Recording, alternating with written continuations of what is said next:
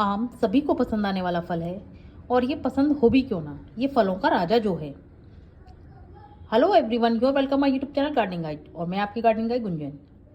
आज मैं आपको बताऊंगी गमले में आम उगाने का आसान तरीका। गमले में हम आम दो तरीके से लगा सकते हैं। पहला, बीज से आम उगाने के लिए आम अच्छी तरह से पका हुआ होना चाहिए और उसकी गुठली को निकालकर अच्छे से साफ कर धो लें। उसके बाद ही उसका बीज बनाकर लगाएं। लेकिन बीज से लगाए हुए आम में फल आने में 3 से 4 साल लगते हैं या ज़्यादा भी लग सकते हैं। और दूसरा तरीका है इसका ग्राफ्टेड प्लांट। आम का जो दूसरा तरीका है उसे हम ग्राफ्टेड प्लांट लगाएं तो ज़्यादा अच्छा है। और अगर हम गमले में आम लगा रहे हैं तो ग्राफ्टेड प्लांट ही बेस्ट है। ग्राफ्टेड प्लांट जो होता है वो 1 से 1.5 साल में फल देने लगता है।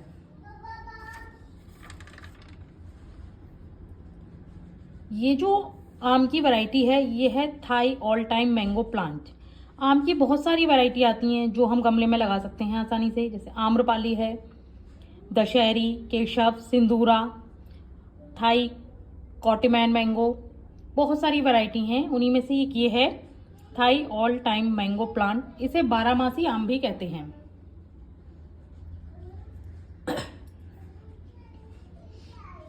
देखिए इसमें ये बौर आई हुई है, इसे मोजर बोलते हैं।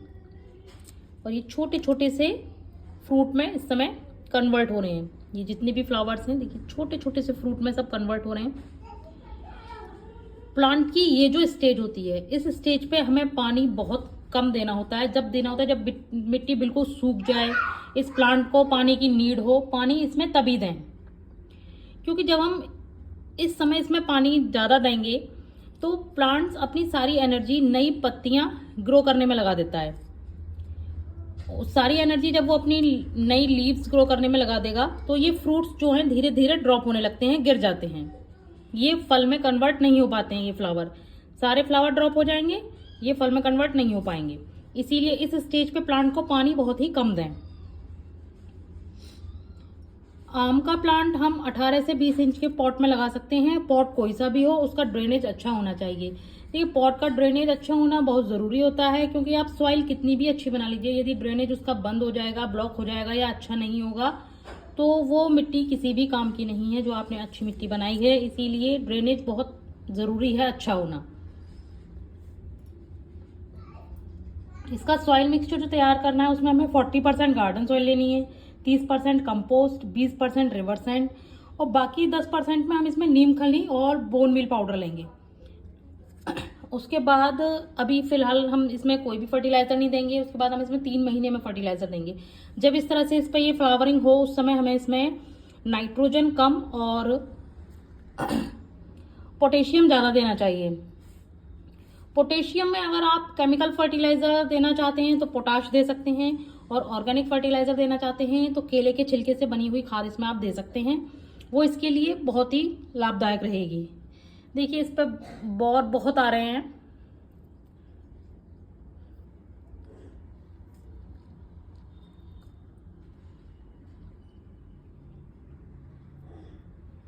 कभी कभी होता है कि आम में खास है कि जो इसकी पत्तियां होती हैं थोड़ी ब्राउन हो जाती हैं, इस तरह से जलने लगती हैं। इसके लिए आप इसमें एप्सम सॉल्ट का स्प्रे करिए पत्तियों पर। एप्सम सॉल्ट नमक की तरह होता है, वो पानी में बहुत अच्छे से डिजॉल्व भी हो जाता है। उसे पानी में घोलकर अच्छे से इस पर आप स्प्रे करिए, जिससे ये पत्तियों की प्रॉब्लम बिल्कुल ख़त्म हो जाती है। आम एक ट्रॉपिकल प्लांट है, इसीलिए आप इसे जितनी धूप देंगे ये उतनी ही अच्छी फ्रूटिंग और फ्लावरिंग करेगा।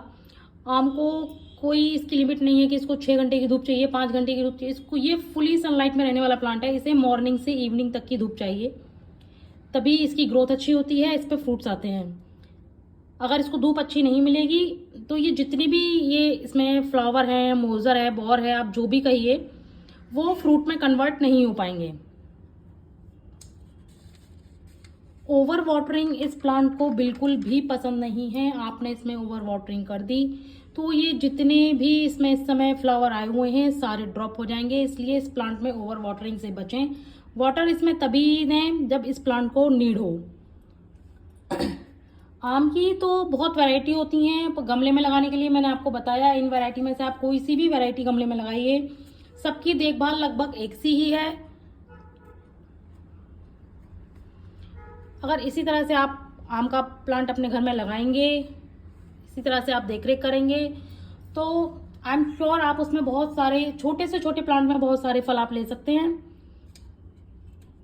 जब एक चीज का और ध्यान रखना है हमें, जब ये मोजर आ रहा है, ये फ्लावरिंग हो रही है, उस फ्लावरिंग के टाइम हमको इसमें कोई भी फंगीसाइड या पेस्टिसाइड का स्प्रे नहीं करना है, नहीं तो ये जो है फ्लावर फ्रूट में कन्वर्ट नहीं होंगे।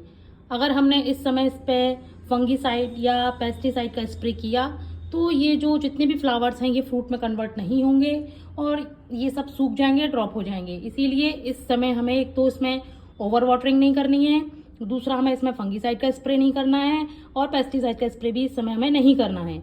इसकी हमें गुड़ाई करते रहना है। गुड़ाई करने के कई फायदे होते हैं। हम प्लांट की, इसी प्लांट की नहीं, किसी भी प्लांट की आप गुड़ाई हम करते रहिए। हर 8 दिन में 15 दिन में गुड़ाई जरूर करिए।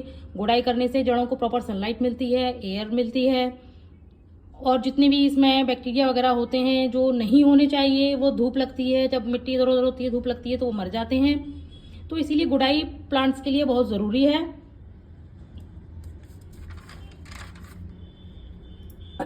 एक चीज़ और है, देखिए मैं आपको दिखाऊं, ये जो मेरा प्लांट है ये ग्राफ्टेड प्लांट है, ये इसका ग्राफ्टेड पॉइंट है। आप प्लांट को जब भी रिपोर्ट करें तो ये जो इसका ग्राफ्टेड प्लांट है ये कभी भी मिट्टी के अंदर नहीं होना चाहिए। अगर ये मिट्टी के अंदर चला जाएगा तो यहाँ फंगस लग जाएगी और प्लांट आपका मर जाएगा, खराब हो जाएगा, मर जाएगा। इसीलिए ये जो ग्राफ्टेड पॉइंट है मिट्टी से हमेशा ये 1-1.5 इंच ऊपर होना चाहिए। और ये जो तना है, ये तना जितना मोटा होगा उतनी ही कैपेसिटी आपके प्लांट की होगी फ्रूट लेने की। तना जितना वीक होगा तो ये फ्रूट ज़्यादा नहीं ले पाएगा। इसीलिए कम से कम 1 से 1.5 साल आप इससे फ्रूट ना लें। जब भी ये बो रहा है इसको यहाँ से ऐसे तोड़ दें, जिससे ये प्लांट अपनी एनर्जी प्लांट को मजबूत बनाने में, इस तने को मजबूत बनाने में लगाए। आई होप मेरा आज का वीडियो आपके लिए यूजफुल रहा होगा।